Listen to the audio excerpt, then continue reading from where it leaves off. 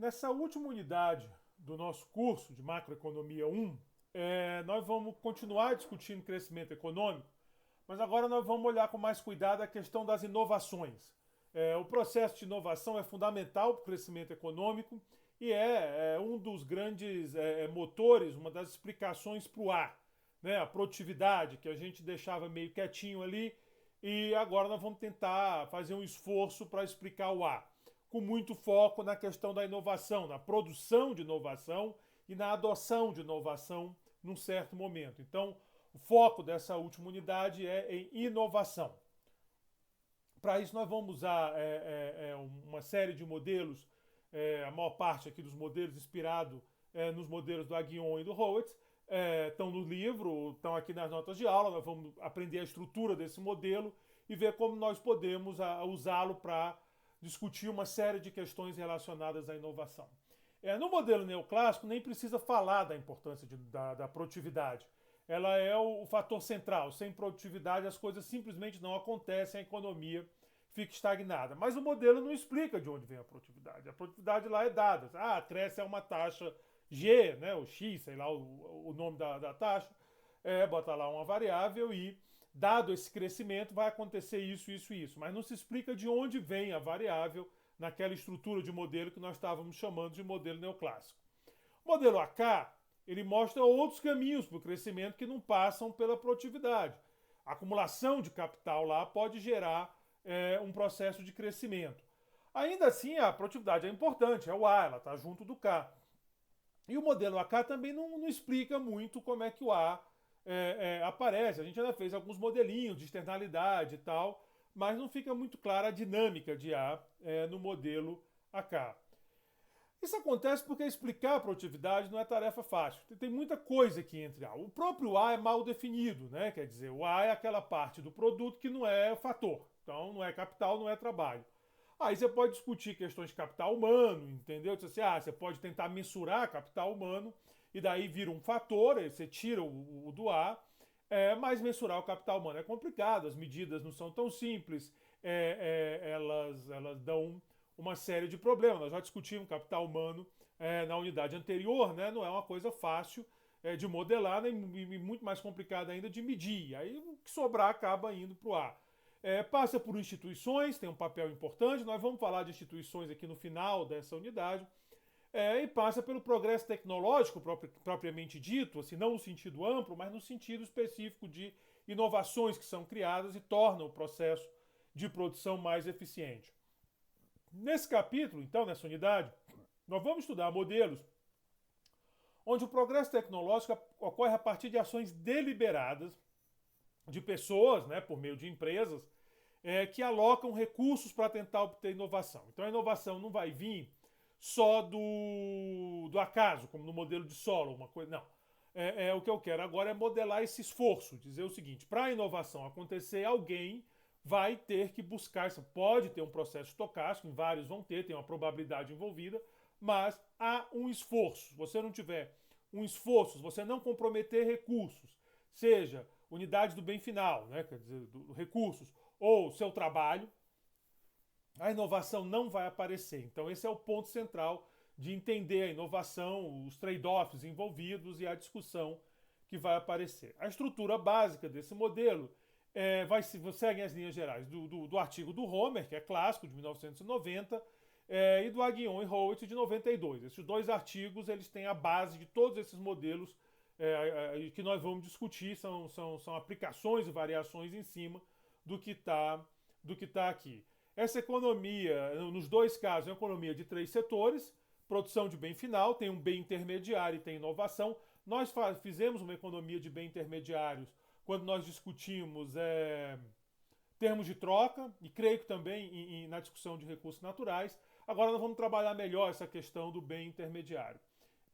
Esse setor de bem intermediário ele vai ser caracterizado por concorrência monopolista, ou seja, nós também vamos sair daquela referência de competição perfeita que nós usamos nas unidades anteriores. A partir de agora, nós vamos ter que ter uma concorrência monopolística para fazer sentido. E como assim fazer sentido? Vamos lá. Você não bota hipótese em modelo de graça, porque você acha legal. Eu boto hipótese em modelo porque tem uma estrutura lá dentro. Aqui, A questão é a seguinte: se todo mundo trabalha em concorrência perfeita, nós sabemos que toda a renda gerada seria destinada a pagamento de capital e trabalho envolvido na produção. E aí como é que se remunera a pesquisa? Né? Porque a pesquisa ela cria o produto novo, aqui vai ser isso, ela vai criar um novo insumo, mas assim, ela pode dar errado, ela não está exatamente naquele processo de produção do bem final. É um processo diferente. Então, o lucro de monopólio, o poder de mercado, não são monopolistas, uma competição monopolística, ele de certa forma é que vai motivar e financiar a pesquisa. A regra do jogo é mais ou menos, você vai pesquisar, se você conseguir o produto, se você conseguir a inovação, você passa a ter um ganho de monopólio, de poder de mercado, ou exercendo você ou vendendo, isso não faz muita diferença, né? O importante é que tem essa relação. Então, o lucro de monopólio é quem premia e torna viável a existência desse setor de pesquisas. Essa questão de monopólio e crescimento é bem delicada, é bem complicada. Nós vamos seguir essa literatura que tem, digamos assim, um foco em monopólio como o motor da inovação. Eu acho que é a literatura mais presente, mais forte, mas tem abordagens diferentes que acreditam que o monopólio pode funcionar na direção contrária, barrando inovações. Aqui no final da unidade nós vamos falar um pouco de barrar a inovação, não necessariamente com monopólio, mas um pouco de instituições, um processo político. Mas assim, você pode ter a ideia de que o monopolista ele usa esse poder para impedir inovações que ameacem o mercado dele. E aí, se acontece isso, o monopólio passa a ser um problema, ele deixa de ser o motor, né, e passa a ser quem trava o crescimento tecnológico. Se as empresas que detêm esse poder de monopólio começarem a usar isso para impedir inovações, ou se sindicatos, ou se aglomerados, né, grupos de interesse que detêm esse controle. Então você tem, eu acho que na nossa época recente, o exemplo melhor é Uber Táxi. Então você tem ali os taxistas tentando fazer valer um monopólio para impedir a chegada daquela tecnologia. Nesse caso, se eles tivessem o poder de fato, seria ruim. E a pressão, a sociedade se mexe, a coisa é sempre mais complicada, mas é ruim no sentido de adoção da tecnologia, né? É claro que as implicações são mais complexas e vão além aqui desse vídeo. Então, embora eu particularmente acho que seria ruim, mas assim, então essa lógica do monopolista que barra a inovação, ou o monopólio como o incentivo, o prêmio para que aconteça inovação, dado que se você não tiver algum ganho realizando aquela inovação, um ganho extraordinário, talvez vai ser mais difícil. Não quer dizer que vai acabar completo. E é claro que aqui a discussão vai entrar na questão de propriedade intelectual, que é complicadíssima. Tem uma página que eu gosto muito na internet, chama Games Monopoly, que faz o ponto criticando. Tem vários setores, talvez as implicações sejam diferentes nos distintos setores, mas é bom registrar que aqui nos modelos, provavelmente nesses primeiros modelos, o monopólio ele claramente vai aparecer como um fator de estímulo do crescimento econômico, mas que tem a coisa um pouco mais complicada se nós olharmos esse outro lado da adoção ou não de tecnologia, que nós vamos discutir não na abordagem do Parente e do Prescott. Quem quiser a abordagem do Parente e do Prescott, a referência é essa, é o Barry Suderich, que é o livrinho deles, sobre esse tema, mas na abordagem do Aghion, mas nós vamos ver que uma empresa incumbente que barra a tecnologia pode ser um problema. Então, mas no começo nós vamos olhar essa visão mais positiva do monopólio para o crescimento econômico. O primeiro modelo que nós vamos discutir é o modelo chamado de variedade de insumos. Então, tem diversos insumos no mercado, e é daí que vem as inovações, são novos insumos, e é daí que vem a melhora da produção. Esse modelo é inspirado no Homer 1990, né, que é um artigo clássico para a teoria do crescimento econômico. Homer, não custa dizer, prêmio Nobel, Paul Homer tem o prêmio Nobel, e esse modelo tem a ideia de quanto mais insumos, à medida que vão aparecendo mais insumos na economia, essa economia vai ficando mais produtiva. Então, o segredo para a criação para ser eficiente é ter muitos insumos, e para ter muitos insumos você precisa de alguém criando novos insumos, um setor inovando. Então, essa é a ideia do modelo. Uma inovação aqui vai representar um novo insumo. Ele não elimina os insumos existentes, depois nós vamos discutir outros modelos onde elimina. A chegada do insumo tira o outro do mercado, a destruição criativa, aquela ideia que está aí, lá, muito associada a Schumpeter, né? Schumpeter, não sou exatamente um linguista, então, mas é uma ideia muito associada lá. Aqui não tem destruição criativa, aqui tem novos insumos chegando, aumentando o leque de possibilidades e daí vindo um ganho de eficiência no sentido que nós vamos colocar claro. Agora, esse insumo disputa espaço com os existentes. Ele não destrói, mas ele vai entrar lá na disputa, porque na produção eu vou estar usando, o cara que vai produzir bens finais vai usar vários insumos, e aí, à medida que vai tendo mais insumos, ele vai se organizando melhor. Basicamente, a ideia do modelo é essa: a variedade de insumos é positiva e a criação de insumos vem do esforço de pesquisa e inovação. Essa é a ideia básica. Bom, para fazer o modelo, vamos pensar aqui o modelo, considere que as famílias devem distribuir a renda advinda do capital e do trabalho entre consumo e investimento. É coisa manjada que nós vimos fazendo esse tipo de abordagem já há um bom tempo, né? Então você tem uma família, ela vai decidir a renda, consumo e investimento, tentando maximizar o valor presente do fluxo de utilidade. Então, o problema das famílias tem essa cara aqui, um fator de desconto, tempo contínuo. Como eu falei, o pessoal de crescimento normalmente usa tempo contínuo, fácil de modelar e geralmente não estão interessados em simular, ou quando vão estimar é mais coisa de estado estacionário, então não tem problema. Então tá aqui, eu tenho o meu fluxo de utilidade e eu sei que a variação do meu estoque de capital vai ser a renda do capital, RK, mais a renda do trabalho. Eu estou supondo que a oferta de trabalho é constante igual a 1, eu oferto uma unidade de trabalho em todo período. Na maioria dos casos, fazer uma decisão endógena de oferta de trabalho não tem tanto impacto em crescimento. Tem quando isso envolve aprendizado no trabalho, então, um aprendizado prático, uma coisa assim, aí a coisa pode ficar mais interessante, mas nesses modelos que nós vamos estudar não tem muito problema não. Você tira o trabalho da função de utilidade, uma variável a menos, e aí você fixa no 1. Nós fizemos isso, modelo de solo, vários modelos nós fizemos isso. Então, é a sua renda menos o consumo, vira variação do estoque de capital. Aqui tá muito padrão, é só voltar nas unidades anteriores que nós vamos ver essa estrutura. O R é a remuneração do capital, W salário, as letras são as variáveis onde usar. C é consumo, K é capital, K ponto variação do capital, Rho fator de desconto, sigma é o parâmetro da função de utilidade, elasticidade, distribuição intertemporal, é um subsigma, né? Ou o coeficiente de aversão ao risco, que nós também já discutimos em unidades anteriores. A condição de primeira ordem, as condições de primeira ordem são essas também, de novo. Nós já fizemos isso, não precisa entrar com muito detalhe, nós estamos basicamente relembrando argumentos que nós já usamos. Mas a condição de transversalidade também, já discutimos questão de condição de transversalidade, em modelo de tempo discreto, modelo de tempo contínuo. Então, aqui é o que pede a solução do modelo. Das condições de primeira ordem, você vai obter que G é igual a R menos Rho sobre sigma, G é C ponto sobre C. Esse resultado também está em aulas anteriores, mas se não estiver claro para você, você vai fazer que lambda ponto é igual desculpa, você passa o logaritmo, lambda ponto sobre lambda é igual a sigma C ponto sobre C. Divide aqui, lambda ponto sobre lambda, você vai botar que lambda ponto sobre lambda é igual a menos sigma C ponto sobre C, e daí resolve para encontrar essa equaçãozinha onde G é a taxa de crescimento do consumo. Então, G é igual a R menos Rho sobre sigma. Essa equação é uma equação de Euler e tem a mesma interpretação dos capítulos anteriores. Diga, até aqui nós estamos só repetindo o argumento igual ao que nós fizemos na unidade anterior. Se não tiver claro o que está acontecendo, volta lá no vídeo do começo. Eu acho que provavelmente é o primeiro vídeo da unidade anterior, ou o segundo, mas eu acho que é o primeiro, que você vai ver esse argumento inteiro sem problema nenhum. Então pega o livro para dar uma conferida. O livro do Aghion e do Howitz, claro que aqui é a casa deles.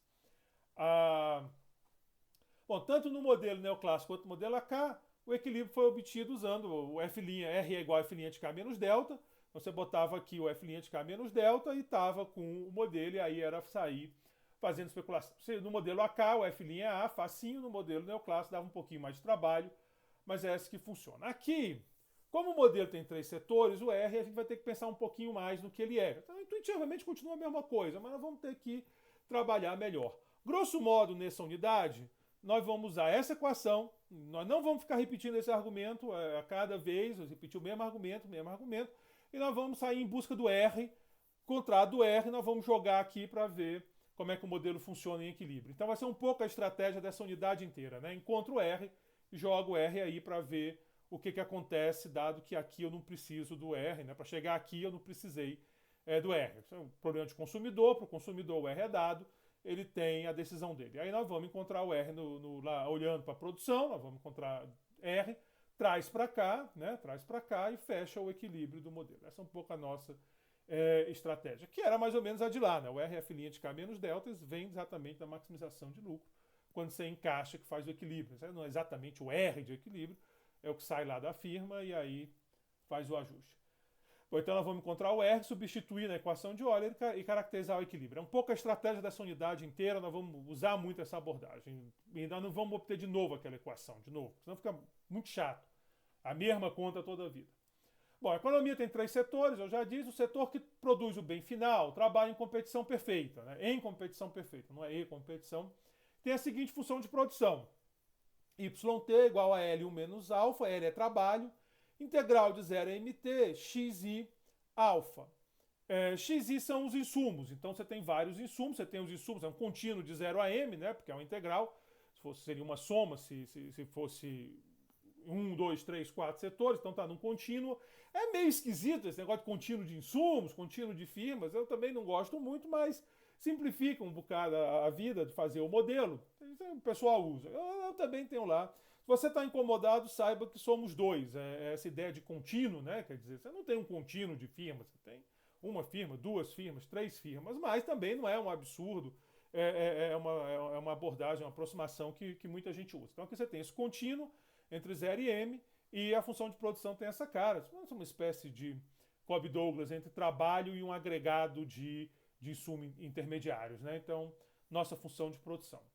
Então, L, o trabalho, XI, a quantidade utilizada do insumo I, ou bem intermediário I, nós vamos usar isso como sinônimos. Alfa entre 0 e 1, e MT é o número de insumos existentes no período T. Então, essa é a estrutura do setor de produção de bem final, lá na produção de bem final.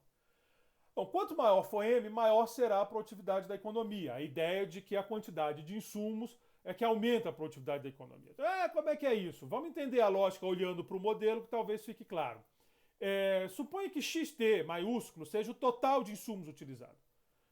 O total de insumos utilizados. E suponha que todos os insumos são usados na mesma quantidade. Depois nós vamos discutir isso melhor. Vai ser, mas nós vamos chegar lá ainda. Por enquanto estou pedindo só essa hipótese, só para a gente pegar a intuição do modelo. É muito importante você ter a intuição, né? Esses modelos de crescimento, as coisas vão acontecendo, então é bom dar uma paradinha para entender o que o modelo está aprontando, depois volta. Então, se é verdade isso, se você está usando a mesma quantidade de cada insumo, a quantidade usada de cada insumo vai ser o total X maiúsculo sobre M. Então, X é igual a X sobre M. Usando isso na função de produção, Y está aqui, a função de produção. Aqui, onde tem X, eu vou botar X sobre M. A integral em DI. Como não tem I aqui, como não tem mais I, né? X não depende de I nem M, então essa integral vai ser xt sobre mt elevado a alfa multiplicado por mt. Né? Então eu estou somando m vezes isso. Então você multiplica, ficou uma integral fácil de fazer. Isso aqui é constante em I, né? Esse termo, então, é ele vezes o m. Efetuando a multiplicação, o mt aqui está menos alfa, né? Então vai ficar 1 menos alfa, L1 menos alfa, xt alfa. Repare o jeitão Cobb-Douglas que eu falei para vocês, né? Você tem um jeitão Cobb-Douglas com esse m aqui meio de gaiato. Quanto maior for m, maior será a quantidade produzida para o mesmo valor de Lx, né? Aqui agora ficou fácil ver isso.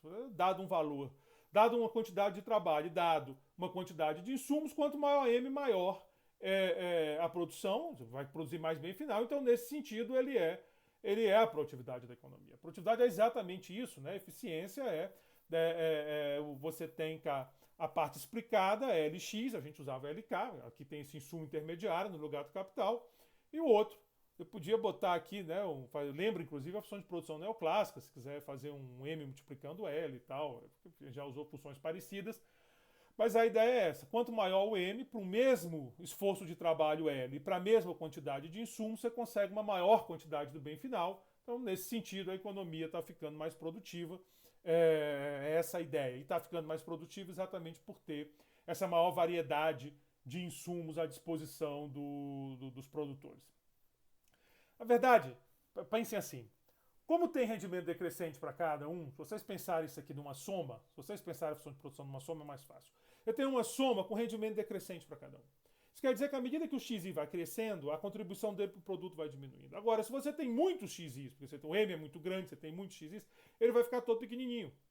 Então, você penaliza menos. Então, vem daí a ideia, assim, estritamente falando, é daí. Mas se você quiser dar um charme, fala de variedades de insumos e tal, que aperfeiçoa, fica melhor. Mas, estritamente falando, o truque é esse.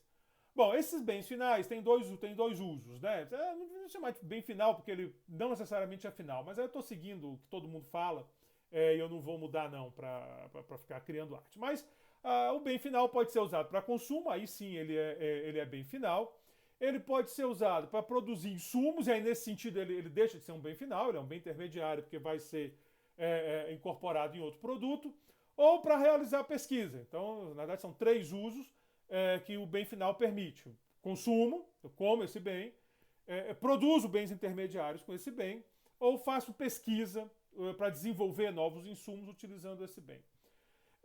Quando eu desenvolvo um novo insumo, desenvolver um novo bem intermediário, um novo X, eu ganho uma patente e um monopólio na produção desse insumo. Então eu passo a ser o monopolista do XI que eu acabei de inventar. Então tem lá o X14, fui eu que criei, então ele é meu. Né? 14 é um contínuo, então não faz muito sentido, mas pensa que aquele bem intermediário X que você desenvolveu, você é monopolista sobre ele, você vai ganhar essa patente e vai ter o lucro de monopólio. Mas não, você tem uma competição monopolística, porque tem outros insumos que estão ali participando do jogo. Então, aqui eu vou usar inovação, criar uma patente, criar novo insumo, é a mesma coisa.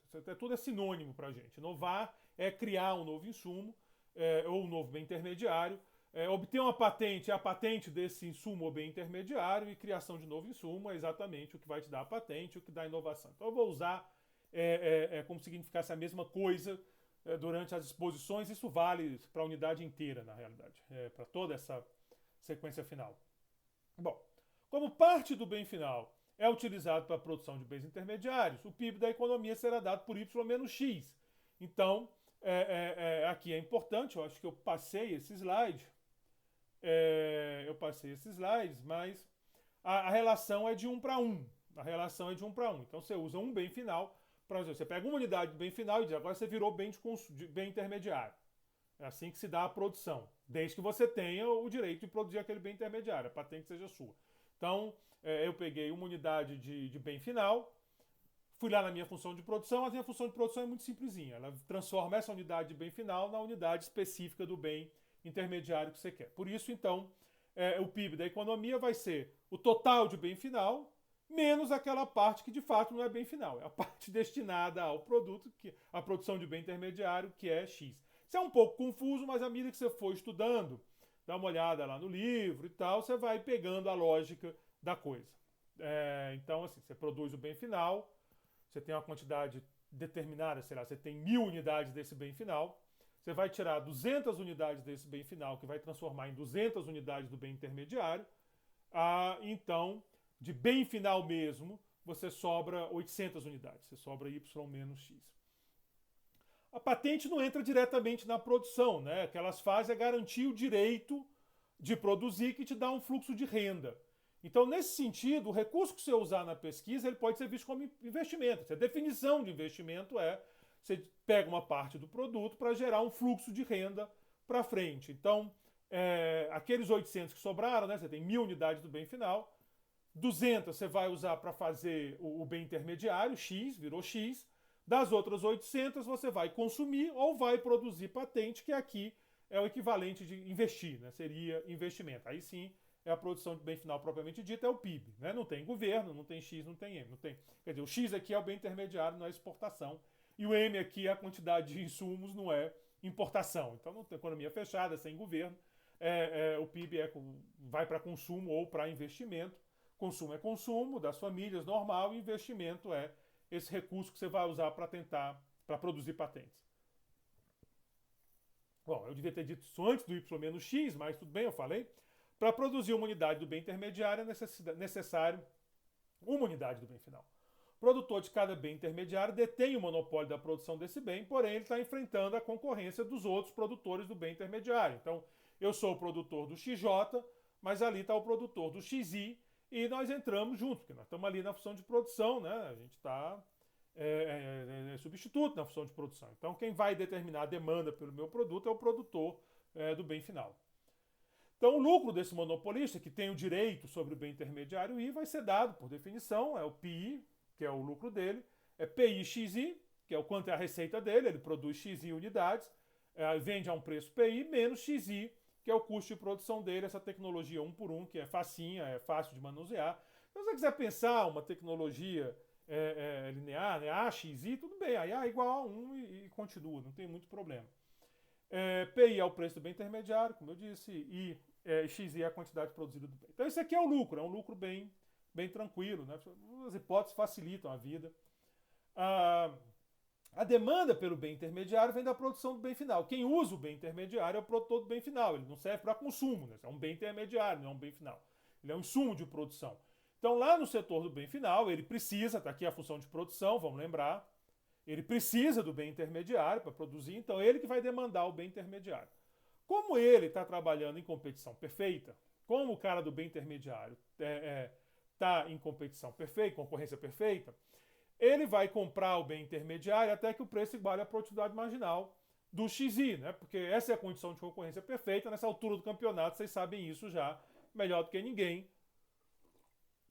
Se não souber, eu vou contar para o professor de micro, vocês estão enrolados, eu vou lá dizer para ele. Mas eu tenho certeza que vocês sabem isso sem problema nenhum. Então, competição perfeita, preço do insumo, né? Você paga do insumo o produto marginal desse insumo. Então, no caso, PI vai ser alfa, L1 menos alfa, XI, alfa menos 1, que é basicamente fazer a derivada disso aqui em relação a XI. Se derivar sobre integral é confuso, é chato, mas você imagina que é uma soma que a coisa aparece direitinho, né? Se for uma soma fica fácil ver. L1 é alfa, L1 menos alfa, XI, alfa menos 1. Então esse é o preço que o cara vai pagar lá, o consumidor, de quem demanda o bem intermediário, ele paga esse valor e aí você tem então a demanda é dada por essa expressão, o preço sai dessa expressão. Se eu substituir no lucro, então, eu vou ter que o lucro é igual a alfa L1 menos alfa, XI elevado a alfa menos XI. Aqui, então, essa expressão vezes XI, né? Porque no lucro é PI-XI. Então, quando eu colocar aqui, multiplica por XI, fica XI elevado a alfa, menos XI. Esse é o lucro do monopolista lá, do bem intermediário I. Ele vai tirar esse lucro. Ele escolhe XI de forma a maximizar esse lucro, mas também outra coisa que faz desde sempre. A condição de primeira ordem, então, deriva isso aqui igual a zero. A derivada vai ficar o alfa desce, alfa ao quadrado, XI, alfa menos 1, né? Porque isso aqui deriva para 1, então fica exatamente isso. Alfa ao quadrado, L1 menos alfa, XI elevado a alfa menos 1, igual a 1. Desculpem aqui, é XI. Resolvendo, XI é igual a L alfa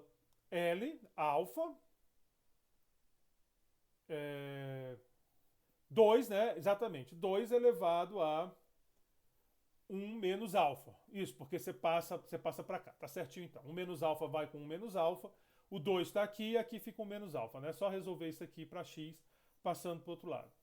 Repare aquilo que eu tinha dito agora, a gente está mostrando. O xi não depende de i, né? Porque o alfa é igual para todo mundo. O L também é a quantidade de trabalho da economia, então repare que o XI ele é igual. Então, estritamente falando, não estava errado aqui minha falta de subscrito. Estava precipitada, porque a gente ainda não tinha anunciado o resultado. Mas XI é constante, vai ser igual para todo mundo. Aquela lógica que eu pedi para vocês aceitarem, agora está tranquila. Aquela lógica lá da intuição do M está valendo direitinho. Então, XI vai ser igual, você vai usar a mesma quantidade de todos os insumos. Isso é muito intuitivo. Pode parecer um resultado estranho, assim, mas é muito intuitivo dada a estrutura do modelo, né? Você tem um modelo, é o que eu falei, rendimento decrescente. Se você for começar a usar mais de um, você vai ser penalizado em rendimento decrescente. Como o alfa é igual para todo mundo, eles entram igual na função de produção, acaba que fica o uso, fica todo mundo com o mesmo X utilizado, não tem diferença. Se alfa fosse alfa I, né?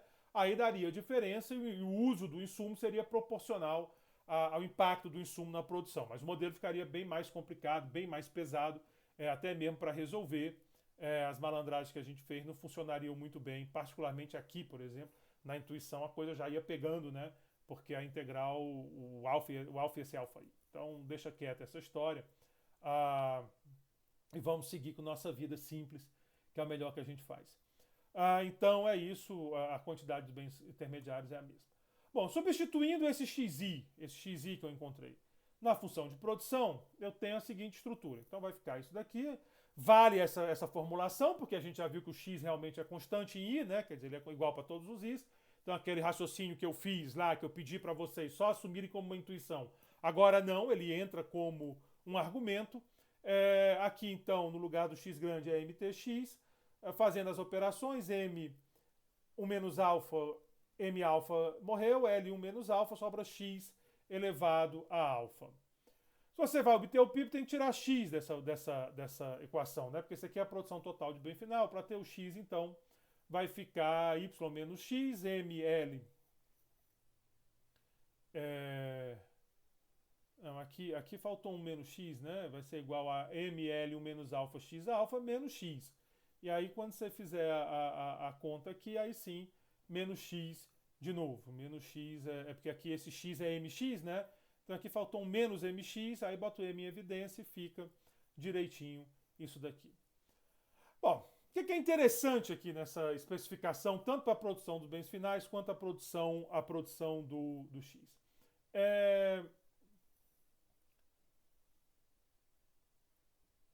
O PIB e a produção dos bens finais, no final do dia, ele pode ser escrito como uma constante, desde que Lx são constantes multiplicada por Mt.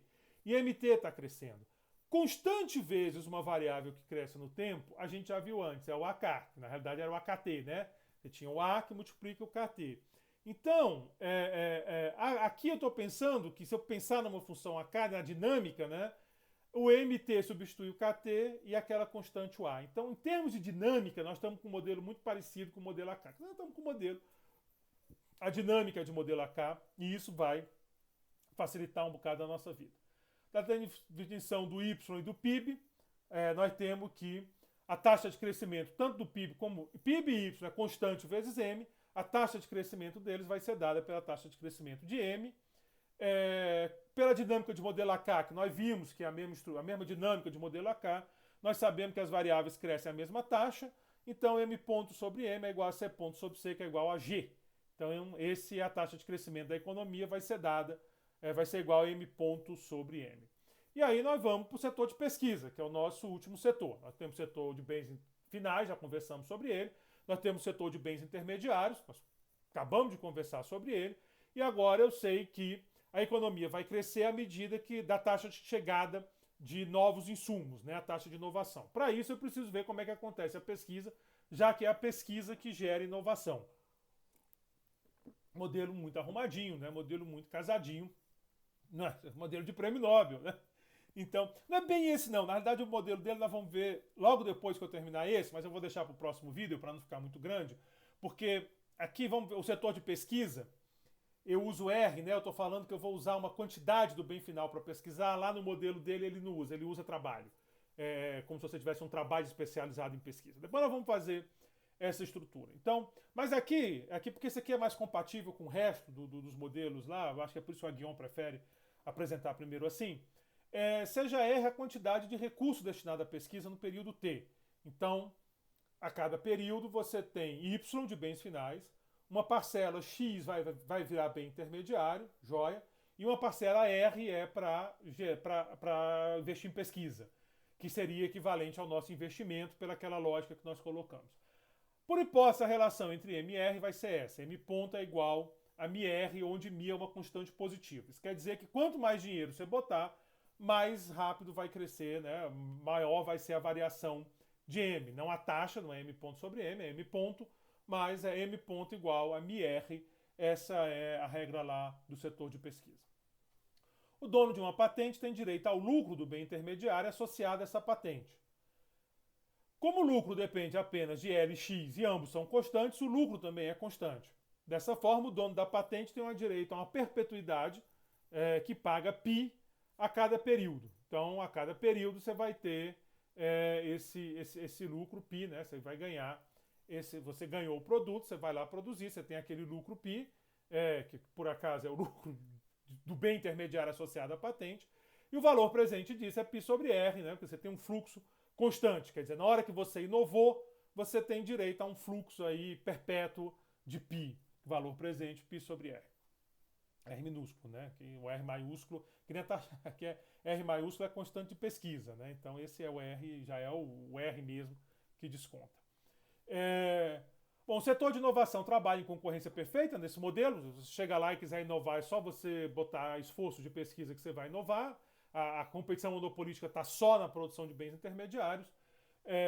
Então, o lucro no setor de pesquisa, como ele trabalha em concorrência perfeita, ele tem que ser igual a zero. E esse lucro vai ser dado pelo valor de cada patente multiplicado pelo número de patentes e reduzido do gasto para obter patente. Ou seja, é esse aqui o lucro. πr, que é o valor π sobre R, que é o valor da patente, μr, que é o número de patentes que você botou, né, a variação em M, menos R, que foi o custo para gerar a patente.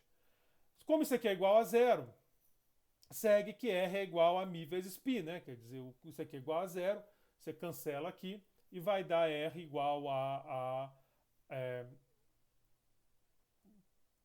R igual a μ vezes π. Vai dar isso mesmo ou eu estou falando errado? Mas vai dar... Passei, ficou igual... R igual a μ sobre π, tá certinho. π μ, R é igual a R, corto o R com R, então fica R igual a μ vezes π. Essas coisas tá no livro, né? Mas a gente fica teimando. R igual a μ vezes π.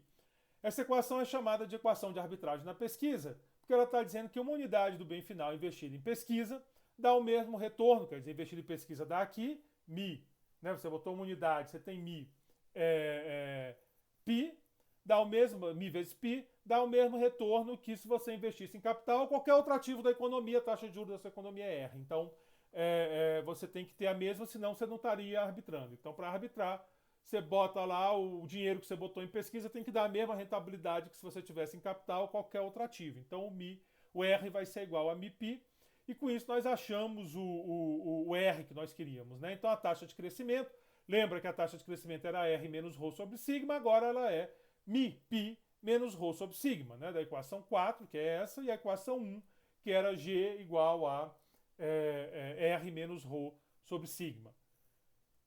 Substituindo o valor de π na expressão da taxa de crescimento, né? O π aqui ficou errado, era para ser o π maiúsculo, eu estava usando, aqui ficou minúsculo, mas tudo bem. Substituindo esse valor na taxa de crescimento, a taxa de crescimento, então, G vai ser dado por μ, π, que é o lucro, 1 menos alfa sobre alfa, alfa 2, 1 menos alfa, L menos ρ sobre sigma.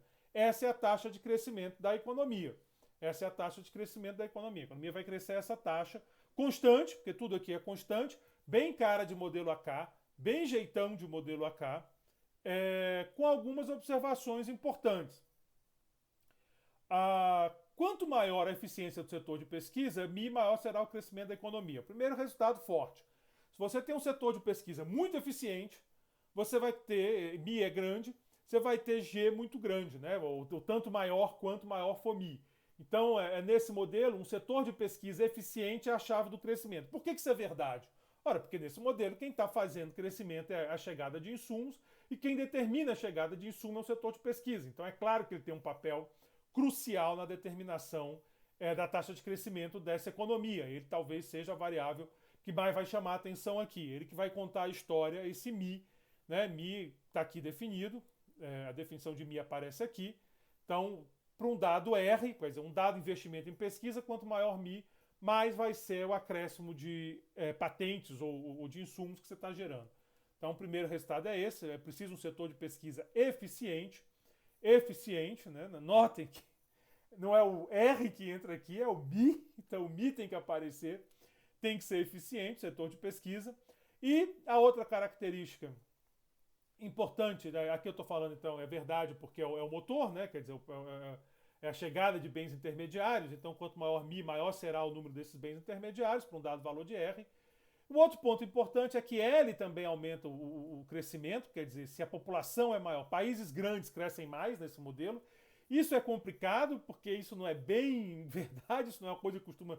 Embora hoje assim, você tenha a China e a Índia dando show, né? Mas você pega historicamente, não é bem assim. A China e a Índia sempre foram gigantes, se elas tivessem crescido mais que todo mundo, elas seriam os países mais ricos do mundo. Então, não é exatamente uma regularidade isso. Isso é o que chama de modelo de escala. É efeito de escala, esse modelo tem. Eu não vou trabalhar isso aqui no curso, mas se vocês pegarem o livro da Guion, ele tenta resolver, ele faz um esforço para tirar esse efeito de escala. A ideia basicamente é o seguinte: se você tem um L muito grande, você vai ter mais unidades do bem final. E aí você consegue destinar mais recursos à pesquisa, porque você tem mais do bem final e para a produção de bens intermediários. Isso não é um resultado tão legal, mas é um resultado que aparece em vários desses modelos. Volto a dizer, quem estiver interessado em sair desse problema, pega lá o livro da Guion e Holtz, que ele faz isso. Um último resultado importante, também uma marca registrada de modelo com essa dinâmica K, é que é possível você ter armadilha de pobreza no sentido até de taxa de crescimento negativo. Se L é muito pequeno, um L muito pequenininho, você mal consegue produzir, né, do bem intermediário, mas esse L é muito pequeno. Mas o Mi também. Se você tem um setor de pesquisa muito ineficiente, você não consegue gerar patentes, você não consegue gerar insumos, porque Mi talvez seja muito pequenininho, a taxa de crescimento vai acabar sendo negativa ou perto de zero. Então, para ter algum crescimento, o país tem que ter uma certa eficiência no setor de pesquisa. Chamo muita atenção, de novo, que nós estamos falando de Mi, não de R necessariamente. Estamos falando de Mi. Quem é chave para esse processo de crescimento dessa economia é a eficiência do setor de pesquisa. Né? Você tem que ter, na verdade, se você tem um setor de pesquisa muito eficiente, você de repente pode até nem investir tanto em pesquisa e conseguir crescer, porque você está gerando muito resultado. Então, quem tem esse papel importante é o Mi, ele que tem essa história fundamental. Bom, então esse é o modelo de variedade de insumos, é o modelo do Homer. No próximo vídeo eu vou fazer uma versão desse modelo onde a pesquisa, no lugar de pegar recursos, né, de bens finais R, eu vou supor que é trabalho, então uma parte do trabalho vai para a produção de bens finais e uma parte do trabalho vai para a produção de pesquisa, talvez fique até mais razoável, né, porque dá uma forçadinha de barra aqui com esse L para explicar o efeito de escala, no outro talvez fique mais razoável, já que você tem que ficar clara a divisão da força de trabalho. Mas esse então é o modelo, é o nosso primeiro modelo de crescimento endógeno, né, onde o crescimento mas no sentido de que o crescimento tecnológico é endógeno, é uma variável de escolha do modelo. No fundo, você está escolhendo esse crescimento quando você escolhe investir em pesquisa ou não, né? Então, nosso primeiro modelinho está aqui. No próximo vídeo, eu vou fazer o modelo com trabalho como insumo para pesquisa. Muito obrigado pela atenção de vocês.